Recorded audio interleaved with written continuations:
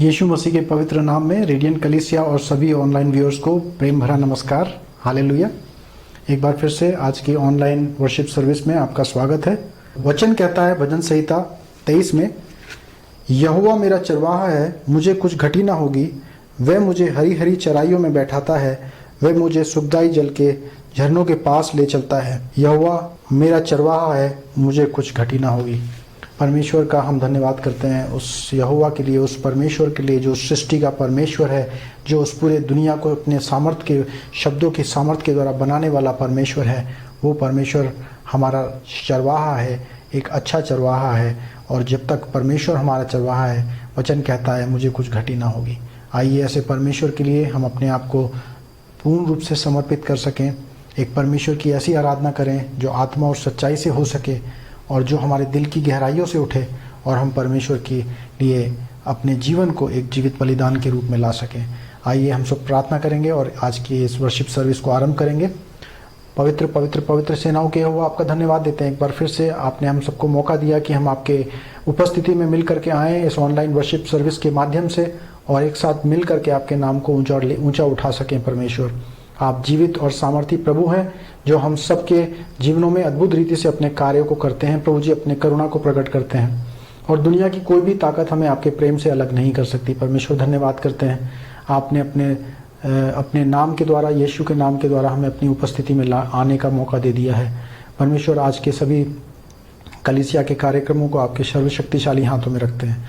आप अगुवाई करें, आपका पवित्र आत्मा हमारा शिक्षक हो और हम सब आत्मिक रीति से नए होते चले जाएं। परमेश्वर, हमसे बोलिए और बातचीत करिए, हमारा स्तुति प्रशंसा आपको ग्रहण योग्य हो सके। यीशु मसीह के नाम से मांगते हैं, आमीन आमीन।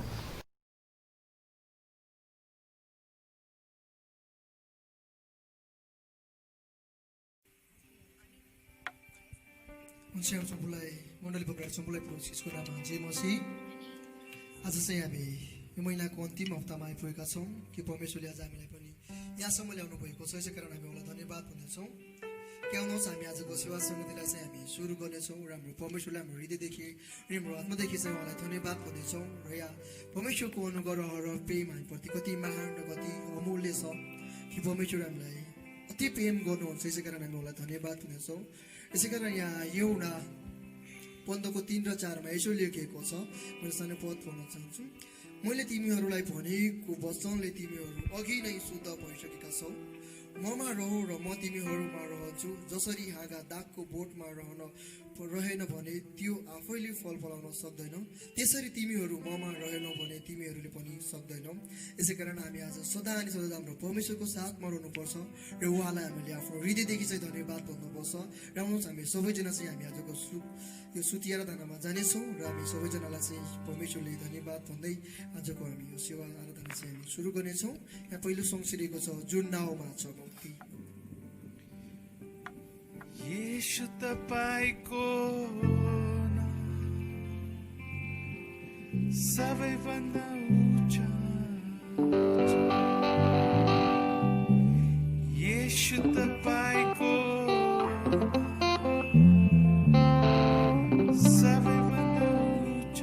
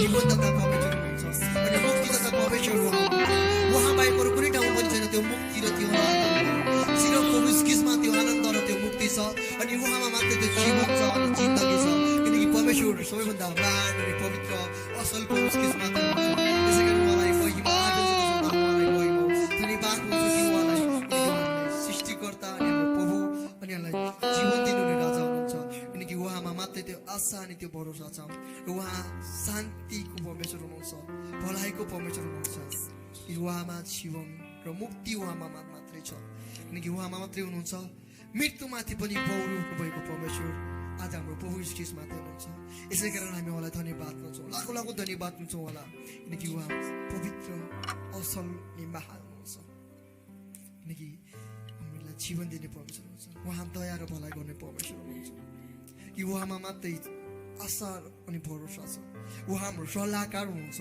अनि उहाँ हाम्रो शान्तिको राजकुमार हुनुहुन्छ अनि उहाँ हामीलाई बनाउनु हुने सृष्टिकर्ता प्रभु ख्रीष्ट हुनुहुन्छ प्रभु तपाईँलाई धन्यवाद किन तपाईँले हामीलाई बनाउनु भयो अनि हामीलाई सृष्टि गर्नुभयो तपाईँलाई धन्यवाद हुनुहुन्छ कि तपाईँ मलाई महिमा होस् यो सुतिनी आराधनाबाट तपाईँ प्रभु स्वर्ग र सिंहासनमा उचालिनुहोस् तपाईँलाई धन्यवाद हुनुहुन्छ कि म कहिले पनि पछाडि हट्ने छैन सदा सदा तपाईँलाई महिमा र प्रशंसा गर्नुहुनेछु कि प्रभु तपाईँ उचालिनुहोस् कि तपाईँ उचालिनुहोस् म पछाडि अहिले हट्ने छैन सदा सदा तपाईँलाई महिमा गर्नुहुनेछु धन्यवाद हो तपाईँलाई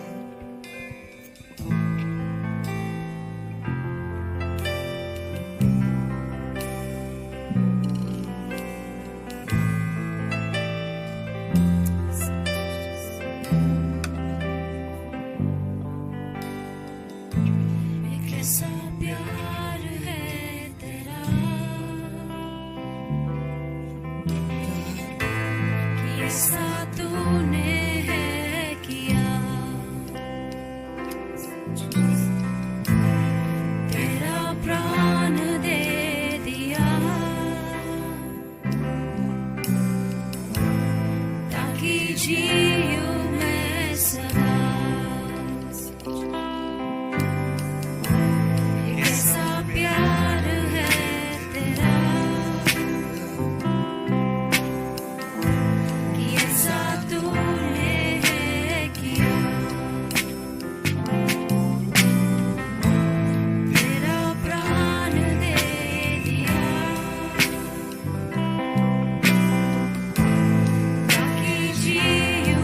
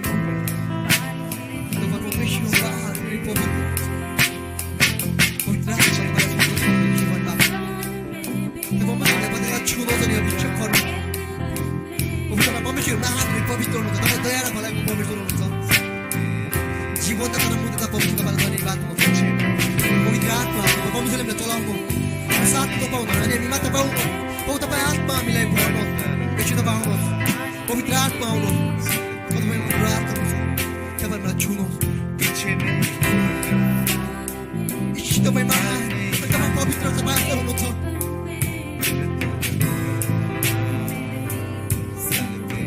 प्रभु तपाईँले हामीलाई भविष्य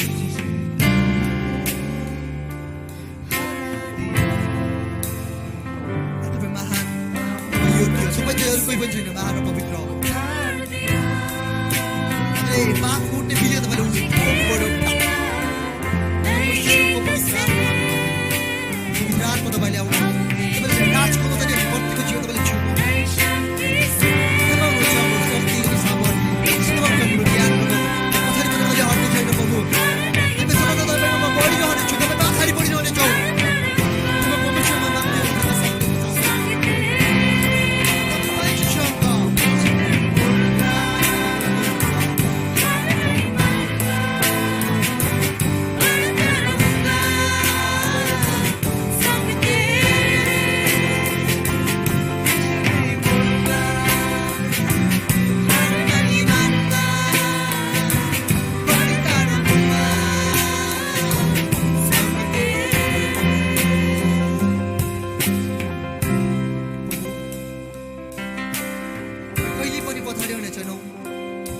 कहिले पनि हामी डर्ने छैनौँ सदा तपाईँ महिमा र पसल हामी अगाडि बढ्नुहुन्छ प्रभु तपाईँ परमेश्वर हामीमा हुनुहुन्छ हाम्रो माझमा तपाईँ आउनुहुन्छ अनि तपाईँको पवित्र आत्माले प्रत्येकलाई छुनु आज जति तपाईँका दासहरूलाई देखिरहेका छौँ हामी त्यो पवित्र आत्मा तिनीहरूलाई छुनु तपाईँ परमेश्वरको पवित्र आत्मा तिनीहरूको लागि अभिषेक गर्नु र प्रभु तपाईँले हामीलाई डोलाउनु र हाम्रो जीवनमा तपाईँले सब काम गर्ने परमेश्वर तपाईँ हुनुहुन्छ खुदाउन तपाईँ परमेश्वरले हामीलाई दया गर्नु सब थोक तपाईँ हुनुहुन्छ हाम्रो सब चिज तपाईँ हुनुहुन्छ हाम्रो तपाईँ बाहेकहरू कोही पनि छैन प्रभु हुनुहुन्छ सिर्फ तपाईँ परमेश्वर मात्रै हुनुहुन्छ हाम्रो उद्धारकर्ता हाम्रो जीवनदाता अवसर परमेश्वर तपाईँ परमेश्वर पिता मात्रै हुनुहुन्छ हाम्रो जीवनदाता र परमेश्वर कि प्रभु हामी मात्र पाउनुहोस् हाम्रो जीवनमा तपाईँ असल हुनुहुन्छ तपाईँ चाहिँ कोही पनि छैन महान र पवित्र तपाईँ मात्रै हुनुहुन्छ सबैभन्दा महान पवित्र अनि असल कि प्रभु तपाईँले आफूसँग भएको कृति पूर्तिलाई दिनुभयो हामी जस्तो पापी अनि अधर्मीहरूको निम्ति तपाईँमा मात्रै त्यो जीवन छ तपाईँमा मात्रै छुटकारा छ अनि तपाईँ प्रभु ख्रीष्टमा मात्रै मुक्ति अनि आनन्द छ तपाईँ प्रभु ख्रीष्टमा मात्रै त्यो ज्ञान र त्यो बुद्धि छ तपाईँ प्रभु ख्रीष्ट मात्रै हुनुहुन्छ मूर्तलाई जीवित पार्ने परमेश्वर तपाईँ हुनुहुन्छ लाठोलाई बोलाउने परमेश्वर तपाईँ हुनुहुन्छ बहिरोलाई सुनाउने परमेश्वर पिता तपाईँ हुनुहुन्छ अन्धलाई दृष्टि दिनुहुने परमेश्वर तपाईँ हुनुहुन्छ लाँगोलाई डाउने परमेश्वर पिता तपाईँ हुनुहुन्छ प्रभु तपाईँमा कुनै कुरा गर्न सम्भव छैन सब थोक अनि सब चिज तपाईँ प्रभु ख्रीष्टमा मात्रै सम्भव छ तपाईँ परमेश्वर सम्भव गराउने परमेश्वर हुनुहुन्छ तपाईँ दया र भलाइको परमेश्वर हुनुहुन्छ तपाईँ दया र भलाइ गर्ने राजा हुनुहुन्छ धन्यवाद प्रभु तपाईँलाई तपाईँ हाम्रो राजा अनि हाम्रो प्रभु अनि हाम्रो मुक्तता परमेश्वर धन्यवाद हुन्छौँ किताब मुस्लिमलाई दिन दिनुभएको निम्ति पवित्र दिन असल समय तपाईँले हाम्रो माझमा ल्याउनु भएको निम्ति लाखौँ लाखौँ धन्यवाद हुन्छौँ प्रभु तपाईँ महान हुनुहुन्छ तपाईँको प्रेम हामी प्रति कति महान र कति भलाइ छ न हामी तपाईँको त्यो प्रेमलाई नाप्न सक्दछौँ न तपाईँको त्यो प्रेमलाई तल्न सक्दछौँ न तपाईँको प्रेमलाई हामी भन्न सक्दछौँ कुनै अर्थ नै छैन प्रभु तपाईँको प्रेमलाई भन्न सागरभन्दा पनि गहिरो तपाईँको त्यो प्रेम छ आकाशभन्दा पनि उच्च तपाईँको त्यो प्रेम हामी प्रति छ धन्यवाद लर्ड धन्यवाद प्रभु तपाईँलाई धन्यवाद कि तपाईँले हामीलाई दिन दिनुभएको निम्ति अनि पवित्र समय तपाईँले हाम्रो माझमा लाखौँ लाखौँ धन्यवाद भन्दछौँ प्रभु तपाईँ परमेश्वरले तपाईँका प्रत्येकजना छोराछोरी तपाईँले सम्हाल्नु भएको निम्ति धन्यवाद हुँदछौँ अन्तर्गतना प्रत्येक छोराछोरीको जीवनमा तपाईँले परमेश्वरले काम गर्नुभएको निम्ति धन्यवाद हुँदछौँ र प्रभु जसजना पनि तपाईँ परमेश्वरको नाममा भेला भइरहेका छन्, तपाईँको नाममा प्रभु देखिरहेका छन्, हेरिरहेका छन्, पवित्र आत्मा प्रति तपाईँ परमेश्वर तिनीहरूलाई छुनुहोस् र तिनीहरूको जीवनमा तपाईँले काम गर्नुहोस् र तपाईँ परमेश्वरको पवित्र आत्मा तपाईँ तिनीहरूलाई नयाँ बनाउनुहोस् र नयाँ शक्ति नयाँ सामर्थ्य तपाईँले दिनुहोस् र नयाँ ज्ञान नयाँ बुद्धि दिनुहोस्। प्रभु रोगलाई तपाईँले चङ्गाई गर्नुहोस्, निराशामा तपाईँले आशा दिनुहोस्, दुर्बलता तपाईँले बल दिनुहोस् र एक्लै तपाईँले सारा दिनुहोस् अनि तपाईँमा बिन्ती गर्न चाहन्छौँ। प्रभु तपाईँ पनि सुलु चालिनु भएको छ र आज गायक हामीले भोजन कोरसहरूबाट अनि हामीले बजाएको प्रत्येक धुन अनि तालीहरूबाट तपाईँ स्वर्ग अनि सिजन आउँछन् म विश्वास गर्दछौँ र प्रभु तपाईँ परमेश्वरले हामीले त्यो दया गर्नुभएको निम्ति धन्यवाद दिन्छौँ र प्रभु तपाईँ परमेश्वर हामीसँग हुनुहोस् र हाम्रो साथमा तपाईँ आउनुभएको छ र प्रभु तपाईँ परमेश्वरले हरेक तपाईँ परमेश्वरले आफ्नो इच्छाले जानु तपाईँले डराउनु सुन्दै यो पवित्र दिन यो असल समय यो पवित्र मौका तपाईँको हातमा समर्पित गर्दछौँ र प्रभु तपाईँ परमेश्वरको इच्छाले जानु तपाईँ परमेश्वरले हामी प्रत्येकको जीवन तपाईँले काम गर्नु सुन्दै यो असल दिन यो पवित्र दिन यो असल समय तपाईँको हातमा समर्पित गर्दै यो छोटो अनि बिन्ती अनि प्रार्थनामाथि तपाईँको नाममा आशिष माग्न चाहन्छु।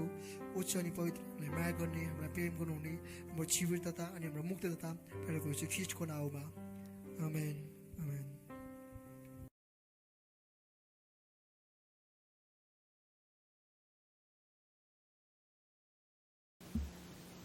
जय मसीह सबैलाई।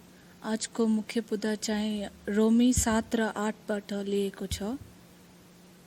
यसरी मेरा भाइ हो, तिमीहरू पनि क्रिस्टको शरीरद्वारा व्यवस्थाको लेखी मरेका छौ, ताकि तिमीहरू अर्को मानिस अर्थात् मृत्युबाट जीवित हुनुभएका क्रिस्टसँग एक हो र हामी परमेश्वरको निम्ति फल फलाऊ। जब हामी पापमय स्वभावमा जीवन बिताइरहेका थियौँ, तब मृत्युको फल फलाउनलाई व्यवस्थाले उत्तेजित गराएका हाम्रा पापमय कुयाभिलाषाहरूले हाम्रा आज्ञाहरूमा काम गर्थे। हामीलाई बन्धनमा राख्ने व्यवस्थाको लेखी मरेर हामी अब त्यसदेखि मुक्त भएका छौँ र हामी पुरानो लिखित विधानको अधीनमा होइन, तर पवित्र आत्माको नयाँ जीवनमा सेवा गर्दछौँ। हामीले के भन्ने त व्यवस्था पाप हो? कदापि होइन। यदि व्यवस्था नभए मैले पाप थाहा पाउने थिइनँ, किनकि तैँले लोभ नगर भनी व्यवस्थाले नभनेको भए लोभ गर्न के हो सो थाहा पाउने थिइनँ। तर पापले आज्ञामा मौका पाएर ममा सबै किसिमका लोभ उत्पन्न गरायो। व्यवस्था बिना त पाप मूर्धतुल्य हो। व्यवस्था पवित्र छ र आज्ञा पवित्र, न्यायसङ्गत र असल छ, किनकि हामी जान्दछौँ कि व्यवस्था आत्मिक हो, तर म चाहिँ शारीरिक छु र पापैमा बेचिएको छु।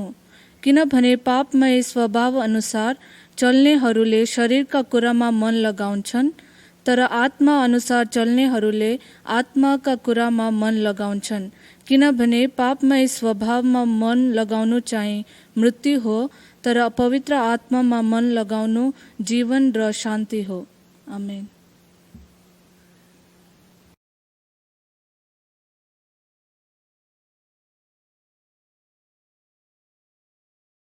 हालेलुया। हम परमेश्वर का धन्यवाद करते हैं कि परमेश्वर ने हम सबको वचन में अपना वचन दिया है, जिस वचन के द्वारा हमें बुद्धिमान बनते हैं, जिस वचन के द्वारा हम परमेश्वर की बातों, गहरी बातों को और भेद की बातों को जान सकते हैं। आज के लिए जो भाग हमने चुना है वो पाया जाता है रोमियो उसका 7 अध्याय में। और जब आप रोमियो के मुख्य विषय की बात करते हैं, जो मेन थीम है जो रोमन्स का, जब आप उसके विषय में बात करते हैं तो वो है परमेश्वर की धार्मिकता। अब जब परमेश्वर की धार्मिकता है तो उसके बारे में हम बोलते तो हैं, लेकिन उसका क्या असली मतलब है हमें उसको भी समझना है। धार्मिकता से क्या मतलब है? ये परमेश्वर का वो एक ऐसा स्वभाव है, ये परमेश्वर का एक ऐसा चरित्र है जिसके अनुसार परमेश्वर पूर्ण रूप से सही और न्याय उचित कार्यों को करते हैं।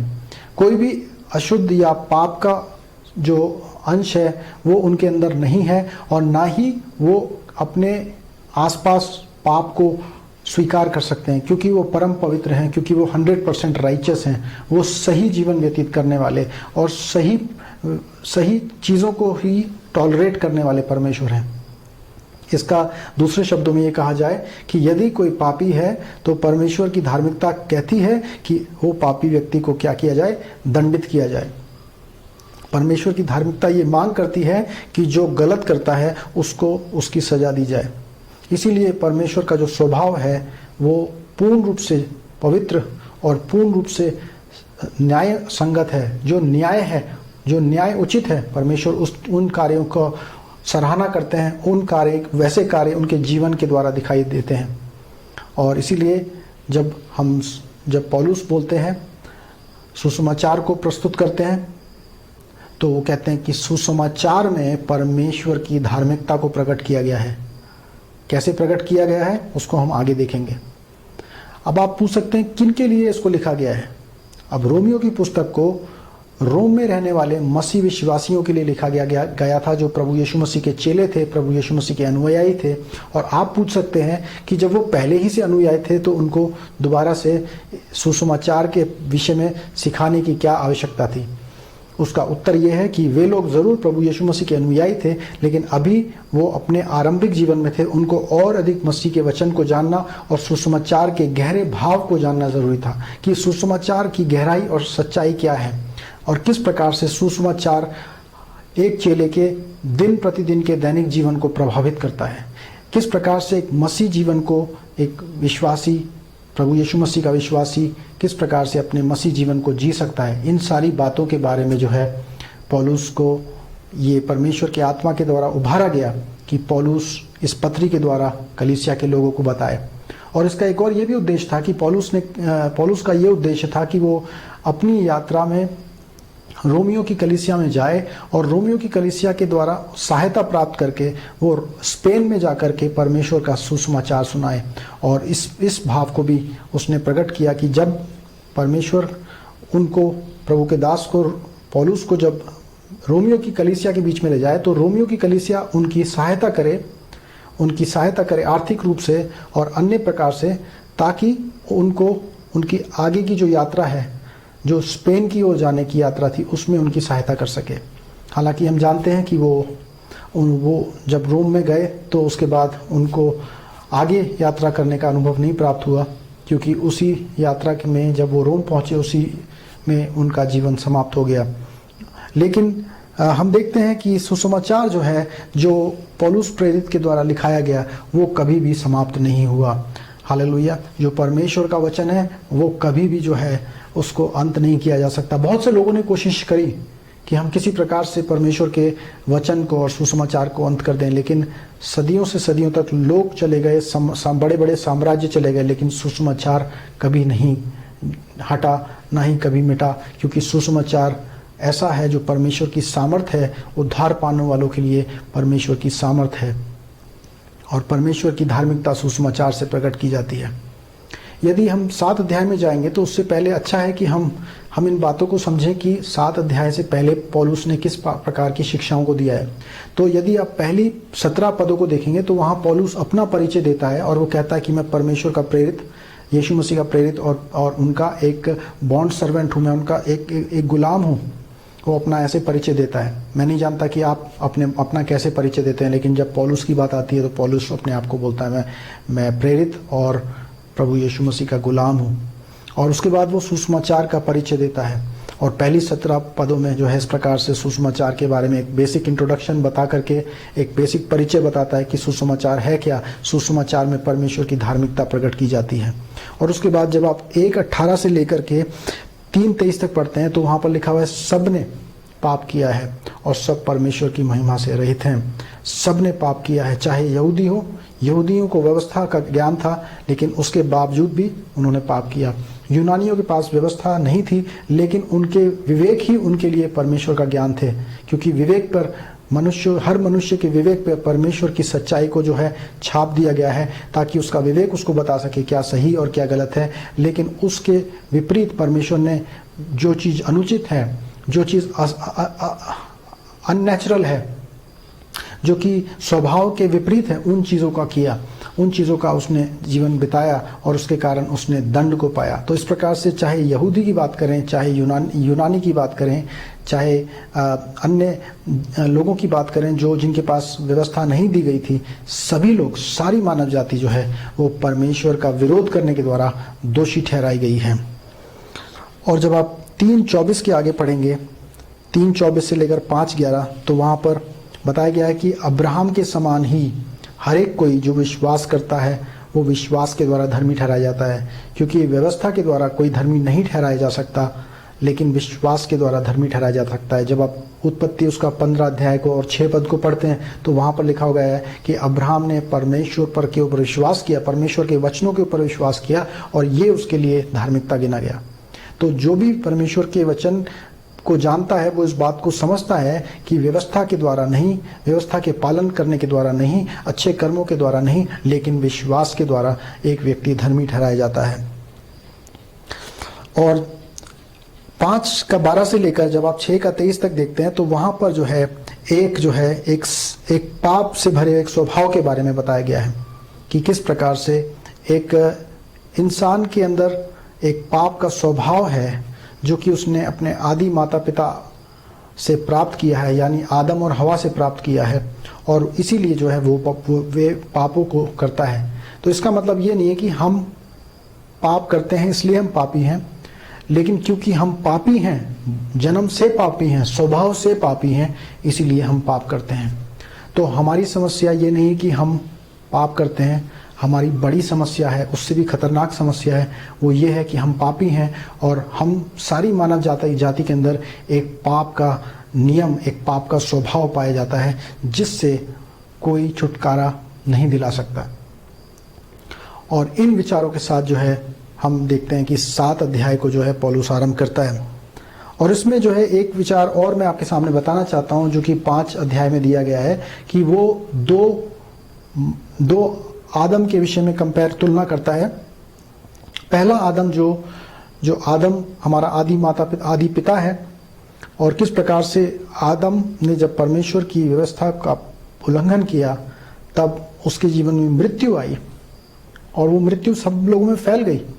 क्यों? क्योंकि जब आदम और हवा ने पाप किया तो भावनात्मक रूप से, एक चिन्हात्मक रूप से हम सब उसके शरीर के अंदर विद्यमान थे।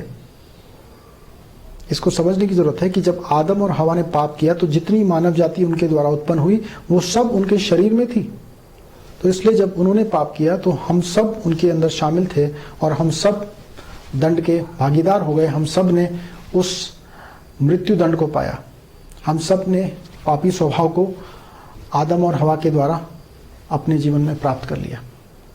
लेकिन दूसरा आदम भी है, जो दूसरा आदम अर्थात प्रभु यीशु मसीह को बताया गया है, जिस दूसरे आदम ने क्या किया, जब उसको परखा गया तब उसने परमेश्वर की आज्ञा, अपने स्वर्गीय पिता की आज्ञा का पालन किया, और पालन करने के द्वारा वो धर्मी पाया गया, और मृत्यु उसको अपने कब्जे में नहीं रख सकी, लेकिन मृत्यु को तोड़ करके वो तीसरे दिन जी उठा और स्वर्ग आरोहण हो गया, अपने परमेश्वर की संगति में उपस्थित किया गया। तो 2 प्रकार के आदमों के बारे में बताया गया है, और ये इसलिए जरूरी है क्योंकि इसी के ऊपर एक और हम विचार आने वाले अभी जो संदेश है उसमें हम देखने जा रहे हैं। इसलिए इस विचार को आप ध्यान से सुनिए और इसको समझने की कोशिश करिए। 2 आदम हैं, एक संसारिक आदम जिसके हम संसारिक संतान हैं, और एक दूसरा आदम जिसको सेकंड आदम बोला गया, जो अर्थात प्रभु यीशु मसीह को चिन्हित करता है, और जो अपने द्वारा एक नई पीढ़ी का जो है शुरुआत करने वाला है।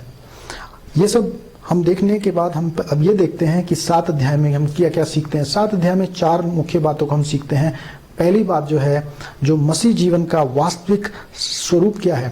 मसीह जीवन के बारे में हम सब जानते हैं, लेकिन शायद वास्तविक सच्चाई उसकी क्या है उसको हम गहराई से नहीं जानते हैं। इसीलिए हम रोमियो की पुस्तक को पढ़ते हैं, क्योंकि ये हमारे पहचान, जो मसीह पहचान है उसके बारे में, जो गहरी सच्चाइयाँ, आत्मिक सच्चाइयाँ उसके बारे में हम बताते हैं। और दूसरी बात क्या है कि व्यवस्था की प्रकृति और उसका उद्देश्य क्या है, जो व्यवस्था दी गई उसका उद्देश्य क्या है। और तीसरी बात क्या है, मसीह जीवन के दैनिक जो संघर्ष है, मसीह जीवन के दैनिक संघर्ष क्या है। और चौथी बात, क्या पापी स्वभाव के ऊपर विजय प्राप्त करके एक पवित्र जीवन जीना संभव है मसीह के लिए। एक ये बड़ा इंपॉर्टेंट सवाल है कि क्या एक ऐसी संभावना है कि एक मसीह विश्वासी पापी स्वभावों के ऊपर उठ करके एक पवित्र जीवन जी सकता है। और इन्हीं विचारों को हम देखने जा रहे हैं। तो पहली बात को हम देखते हैं कि मसीह जीवन का वास्तविक स्वरूप क्या है, उसका स्वभाव क्या है।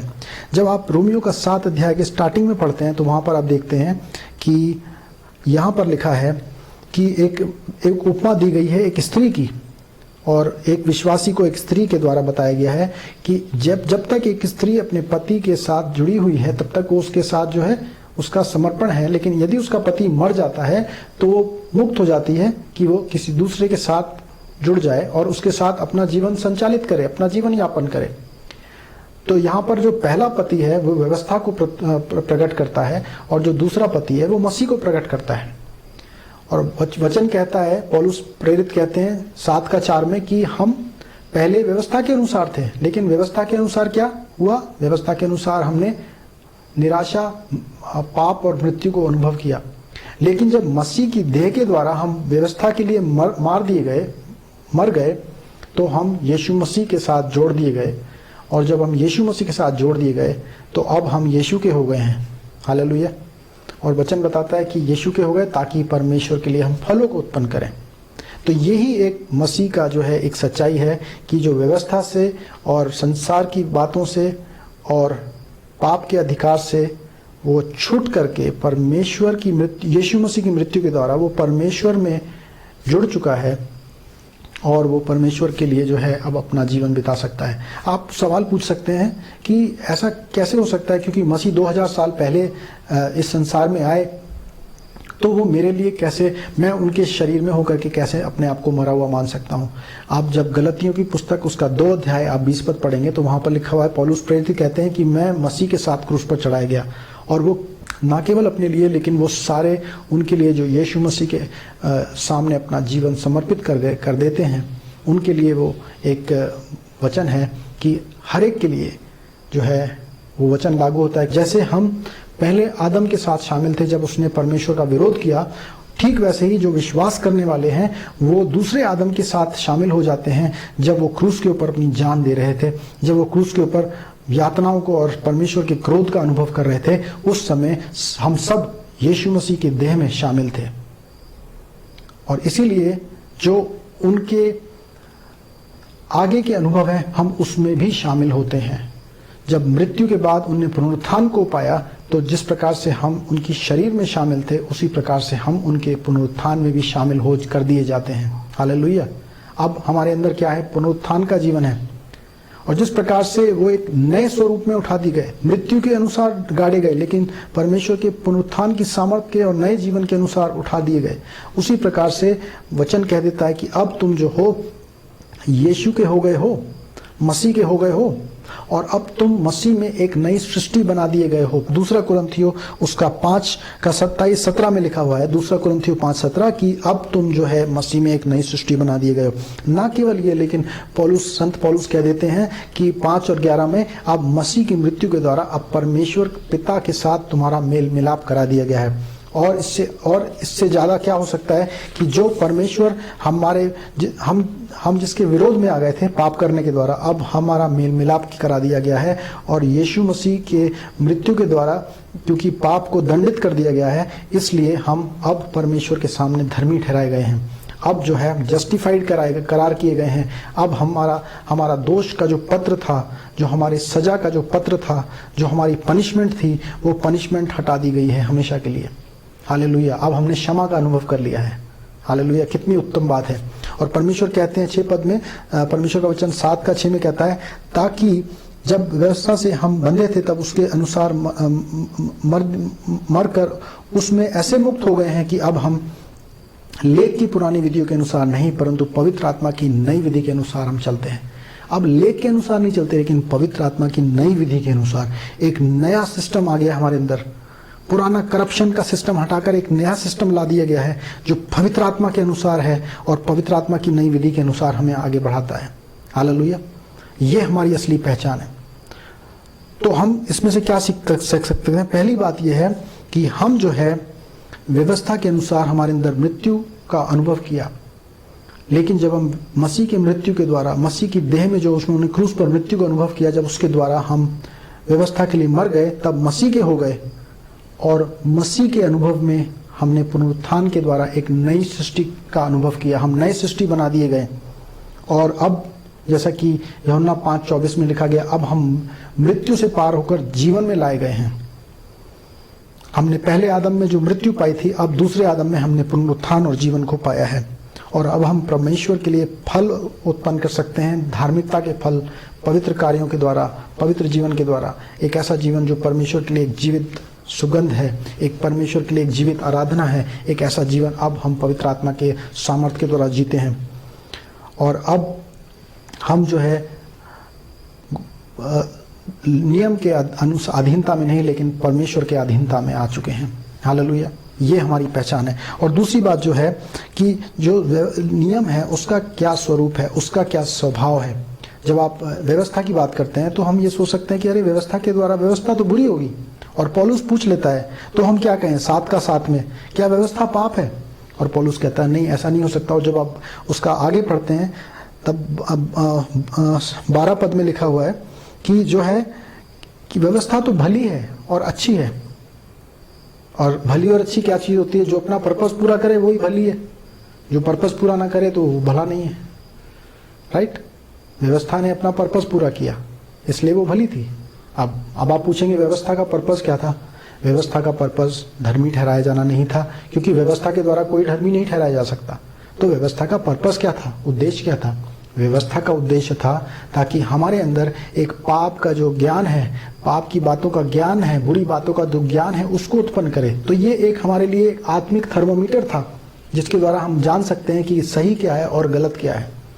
और इसमें हम कह देते हैं 7 का 7 में कि व्यवस्था के बिना पाप को ना जान पाता, क्योंकि यदि व्यवस्था कहती, क्योंकि व्यवस्था यदि ना कहती लालच मत कर, तो मैं लालच के विषय में ना जान पाता।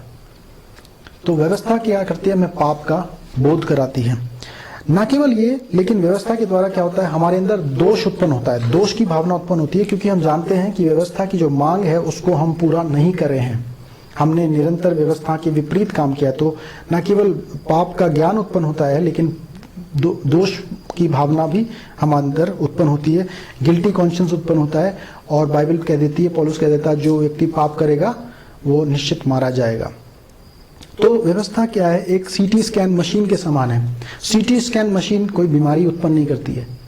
सीटी स्कैन मशीन क्या करती है? जो पहले ही से बीमारी है उसको क्या करती है? उजागर करती है। राइट? तो जब आप सीटी स्कैन मशीन में अगर जाते हैं और अगर सीटी स्कैन मशीन में कोई चीज दिखाई जाती है कि आपके बॉडी के अंदर कोई या किसी की बॉडी के अंदर कमियां हैं, तो आप सीटी स्कैन को बुरा भला नहीं बोलने लगते, क्योंकि सीटी स्कैन ने तो भलाई का काम किया है। क्योंकि जो कमी थी, जो सच्चाई थी, जिसको हम नहीं जानते थे, उसको क्या कर दिया? उजागर कर दिया गया है। ठीक वैसे ही परमेश्वर का व्यवस्था भी है, जो हमारे अंदर पहले ही से पाप पाया जाता था उसको क्या कर दिया? उजागर कर दिया। लेकिन पौलुस पूछता है कि जो अच्छा था क्या उसके द्वारा मृत्यु उत्पन्न हुई 13 पद में? तो पौलुस कहता है नहीं, व्यवस्था के द्वारा उत्पन्न नहीं हुई। लेकिन क्या हुआ कि जब व्यवस्था के द्वारा जो पाप भीतर में था वो क्या हो गया? वो क्रियान्वित हो गया, वो एक्टिवेट हो गया, वो इट स्प्रैंग इनटू लाइफ। और इसके द्वारा की क्या हुआ? जब वो हमने उसको अपने जीवन में अनुमति दी क्रियान्वित होने की, तो उसके द्वारा क्या उत्पन्न हो गई? मृत्यु उत्पन्न हो गई। और इस प्रकार से हम नियम को देख सकते हैं कि नियम क्या है? एक अच्छी वस्तु है। नियम एक धार्मिकता की वस्तु है। नियम मृत्यु उत्पन्न नहीं करती है। नियम पाप का ज्ञान कराती है और दोष की भावना उत्पन्न करती है। और नियम के द्वारा क्या होता है कि जो पाप अंदर छिपा हुआ था वो एक्टिवेट हो जाता है, क्रियान्वित हो जाता है और हमारे अंदर मृत्यु को उत्पन्न करता है। ये लेकिन व्यवस्था अपने आप में क्या है? भली है। तीसरी बात जो है मसीह के दैनिक जीवन के संघर्ष। अब जैसे पहली जो आप 7 पदों में, आप पहले 6 पदों में आप पढ़ेंगे तो ऐसा लगता है कि मसीह जीवन अब सॉर्टेड आउट हो गया है, अब उसमें कोई पाप का अनुभव नहीं होगा, अब सब कुछ अच्छा चलेगा। लेकिन जब हम आगे देखते हैं तो पौलुस बताता है ऐसा नहीं है। आत्मिक जीवन में जब हम आगे बढ़ते हैं तो हमें लगता है कि अभी भी पाप के साथ हम संघर्ष करते हैं। और इसके बारे में वो कह देता है 21 पद में कि जो चीजें मैं करना नहीं चाहता हूं वो मुझसे हो जाती हैं, यद्यपि मैं भलाई करना चाहता हूं बुराई मुझसे हो जाती है। तो यानी कि कई लोग इसको कहते हैं कि मनुष्य के अंदर 2 स्वभाव हैं, उसके अंदर एक अच्छा स्वभाव है, एक बुरा स्वभाव है। लेकिन पौलुस प्रेरित इस बात को शिक्षा नहीं देते हैं। पौलुस प्रेरित बोलना चाहते हैं कि हम पूर्ण रूप से मसीह यीशु के द्वारा नई सृष्टि बना दिए गए हैं और पवित्र आत्मा को हम पर हमारे जीवन में वास करते हैं और अब हम परमेश्वर की संगति में जुड़ चुके हैं। लेकिन उसके अलावा जो पुराने स्वभाव से हमारे शरीर में अभी भी एक वायरस है जो पाप का वायरस है, जो कोरोना वायरस से भी हजारों गुना खतरनाक है, और वो वायरस हमारे अंदर विद्यमान है, और वो हमारे अंदर क्या करता है, बुरे विचारों को हमारे अंदर उत्पन्न ही नहीं करता, लेकिन उसके द्वारा हम अपने उस व्यवस्था, जो परमेश्वर की व्यवस्था है, उसके विरुद्ध हमें पाप करने के लिए प्रेरित करता है, हमें उकसाता है। ठीक वैसे ही जैसे पवित्र आत्मा हमें परमेश्वर का आज्ञा पालन के लिए उकसाती है, वैसे ही वो बुरा स्वभाव, जो पाप का जो वायरस है, वो हमें बुराई की ओर उकसाता है। और पौलुस कह देता है कि इसलिए मैं इस नतीजे पे पहुंचता हूं कि जब मैं पाप करता हूं तो मैं नहीं पाप करता, 17 पद में लिखा गया है, परंतु तो ऐसी दशा में मैं उसका करने वाला, यानी पाप का करने वाला नहीं, परंतु पाप है जो मुझ में बसा हुआ है। जो पाप यानी कि सिन विद कैपिटल एस, मतलब जो पाप का सिद्धांत है, जो पाप की शक्ति है, जो पाप का वायरस है, वो छोटे छोटे पाप आप और में जो करते हैं प्रतिदिन, उसके बारे में नहीं बताया जा रहा, लेकिन जो पाप का नियम है, जो पाप की शक्ति है, जो पाप का वायरस है, जो हर एक इंसान के शरीर के अंदर फिर भी बसा हुआ है बीवी, वो इंसान से क्या कराता है, वो पाप कराता है। लेकिन इसके अनुसार हम ये नहीं कह सकते कि अब हमारी कोई जवाबदारी नहीं है। क्यों? क्योंकि हमको क्या कर दिया गया है, परमेश्वर के द्वारा पवित्र आत्मा का अनुभव दिया गया है, पवित्र आत्मा का अभिषेक दिया गया है। तो इसी से हम चौथे सवाल पर आते हैं कि क्या एक मसीह विश्वासी पाप के स्वभाव से ऊपर उठकर पवित्रता का जीवन बिता सकता है?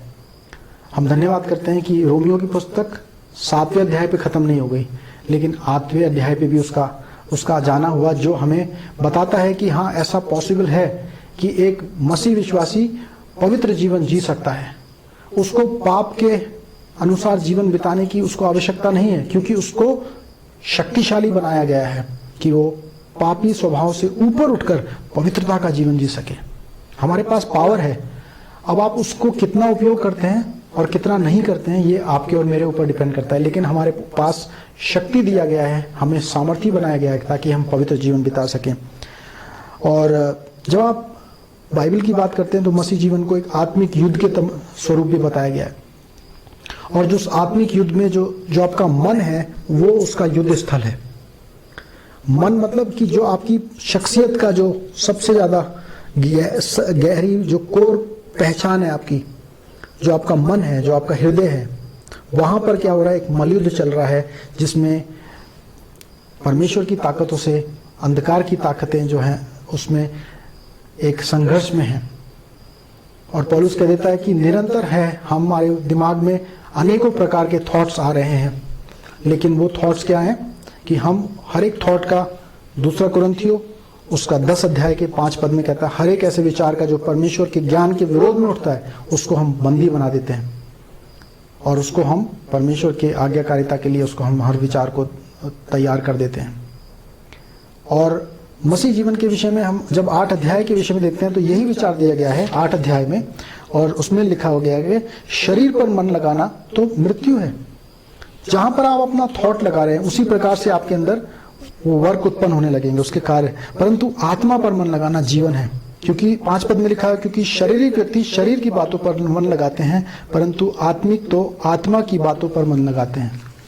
तो इसका जो विक्ट्री और जो आपकी जीत और हार का जो निर्णय है, वो किस बात पे होगा कि आप कितना ज्यादा परमेश्वर की संगति में अपना जीवन बिता रहे हैं, कितने ज्यादा आत्मिक बातों की ओर आपका मन लग रहा है। इसीलिए मैंने कई बार आप लोगों को एक एनकरेज किया है कि ज्यादा समय आप जिस चीज के लिए देंगे, वही उसकी तरह ही आपका स्वभाव बन जाएगा। यदि आप संसारिक बातों में अपना जीवन बिता रहे हैं, यदि आप टीवी के सामने अपना जीवन बिता रहे हैं, तो टीवी के अंदर जो चरित्र हैं, जो किरदार हैं, उन्हीं की तरह आपका स्वभाव बन जाएगा। लेकिन आप परमेश्वर की तरह, अगर परमेश्वर की संगति में, परमेश्वर की उपस्थिति में अपना जीवन बिता रहे हैं, तो परमेश्वर का स्वरूप और समानता आपके अंदर उत्पन्न होने लगेगी, परमेश्वर की सामर्थ्य आपके अंदर एक्टिवेट होने लगेगी, आपको परमेश्वर का अनॉइंटिंग मिलने लगेगा, और आप परमेश्वर के अनुसार अपना जीवन बिताने लगेंगे। आज जो है परमेश्वर का वचन एक बार फिर से हमें याद दिलाता है कि हाँ, पाप एक रियलिटी है, एक जो पाप का वायरस है, जो बहुत खतरनाक है, जो हमें अनंत मृत्यु में डालने की सामर्थ्य रखता है, वो अभी भी हमारे शायद शरीरों में हमारे अंदर विद्यमान है और जीवन के अंत तक वो हमारे जीवन में बना रहेगा, क्योंकि अभी हमारा शरीर के अंदर वो पाप का गिरा हुआ स्वभाव अभी भी विद्यमान है। लेकिन जो खुशी की बात है, हम पवित्र आत्मा के द्वारा हम पर छाप लगाई गई है, हम परमेश्वर के हो चुके हैं, हम व्यवस्था से दूर होकर परमेश्वर के बन चुके हैं, हम नए आदम, दूसरे आदम के द्वारा हम परमेश्वर के बन चुके हैं और अब हम परमेश्वर के लिए फल उत्पन्न कर सकते हैं और हमें सब कुछ दिया गया है जो धार्मिकता के अनुसार जीवन बिताने के लिए जरूरी है। सवाल ये उठता है कि हम किस बातों के द्वारा अपने विचारों को केंद्रित करेंगे और सवाल ये उठता है कि हम क्या निर्णय लेंगे। जब परमेश्वर का आत्मा आपको और मुझे कुछ अगुवाई देगा तो आप परमेश्वर की आज्ञा के पालन करेंगे या अपने शरीर के लालसाओं का पालन करेंगे। इस बात पर यह निर्धारित करेगा कि हम एक विजय का जीवन जिएंगे या फिर हम एक हार का और पाप का जीवन बिताएंगे। ये चीज़ें हम सबके लिए सामर्थ्य का कारण बने। ये चीज़ें हमारे लिए एक, जबकि इन दिनों में बहुत कुछ दुनिया में घट रहा है, हम नहीं जानते कि इस जीवन का क्या आने वाले भविष्य में होगा। दुनिया के लोग, इतने लोग मारे जा रहे हैं, बीमारियों में आ रहे हैं। ये समय है हमें गंभीरता पूर्वक अपने जीवन को परमेश्वर के सामने लाने का। ये समय है अपने परमेश्वर के साथ अपने रिश्ते को गहरे करने का और ये समय है परमेश्वर के विचारों की ओर अपने दिल को लगाने का और ये समय है आत्मा के अनुसार जीवन बिताने का। तो आइए हम अपने आप को नए सिरे से परमेश्वर के सामने सौंप दें ताकि परमेश्वर अपने कार्यों को हमारे जीवन में कर सकें। आइए हम प्रार्थना करें। परमेश्वर, आपका धन्यवाद करते हैं, आपकी स्तुति की आपने हमें मौका दिया कि हम आपके वचनों को देख सके। इस वचनों में हमने बहुत कुछ सीखा परमेश्वर। हम धन्यवाद करते हैं कि हमें व्यवस्था और दोष से, प्रभु जी, जो हमने दोष, मृत्यु का जो दंड था उससे निकाल करके हमें अनंत जीवन में यीशु मसीह की मृत्यु के द्वारा डाला गया है, पहुंचाया गया है और हम पर दंड की आज्ञा नहीं है। हम मृत्यु से पार होकर जीवन में प्रवेश कर चुके हैं और हम परमेश्वर आपके आत्मा के द्वारा हमको छाप लगाई गई है। हम प्रभु जी आपके अनुसार चल सकें, आपके वचन के अनुसार चल सकें, आपके पवित्र आत्मा के अनुसार कदम से कदम मिलाकर चल सकें, आपके आज्ञा पालन में चल सकें और निरंतर प्रभु जी हमारे हृदय के विचार आपकी ओर केंद्रित होते रहें। हर बात में आपका आज्ञा पालन कर सकें, आपको आदर और महिमा पहुंच सके। सब लोगों को, अपने पूरे देश को, अपने प्रभु जी पूरे राज्य के लोगों को, कर्नाटक में जितने लोग हैं उन सबको और दुनिया के सभी देश के लोगों को आपके चरणों में रखते हैं। आप दया करिए, अनुग्रह करिए, पापों को क्षमा करिए और अपने सुसमाचार की रोशनी को और अपने आशीष को, अपने जीवन को इस पूरे संसार में प्रभु जी फैलने दे दीजिए। अपनी अनंत क्षमा को प्रभु जी दे दीजिए, अपने पापों की, अपने उनके पापों से छुटकारे का संदेश दे दीजिए और अपने अनंत शाश्वत जीवन में हमें लेके चलिए, आगे चलिए, ले चलिए। प्रभु धन्यवाद करते हैं। यदि किसी बात में हमने आपको गुजरे सप्ताह में आपके आत्मा को शोकित किया तो हमें क्षमा करिए पिता परमेश्वर। हमें अपने पवित्र आत्मा का अभिषेक दे दीजिए। कलीसिया के सभी लोगों को आपके हाथों में रख देता हूँ। इस दुआ को यीशु मसीह के नाम से मांगते हैं, आमीन। अब हमारे पिता परमेश्वर का प्रेम और प्रभु यीशु मसीह का अनुग्रह और पवित्र आत्मा की सहभागिता और संगति हम में से हर एक के साथ अब से लेकर हमेशा हमेशा तक होती रहे, आमीन, आमीन। जय मसीह की। प्रभु यीशु मसीह में बढ़ते रहिए। प्रभु यीशु मसीह की ओर, आत्मिक बातों की ओर अपना मन लगाइए और सामर्थी बनकर परमेश्वर के कार्यों को पूरा करिए, आमीन।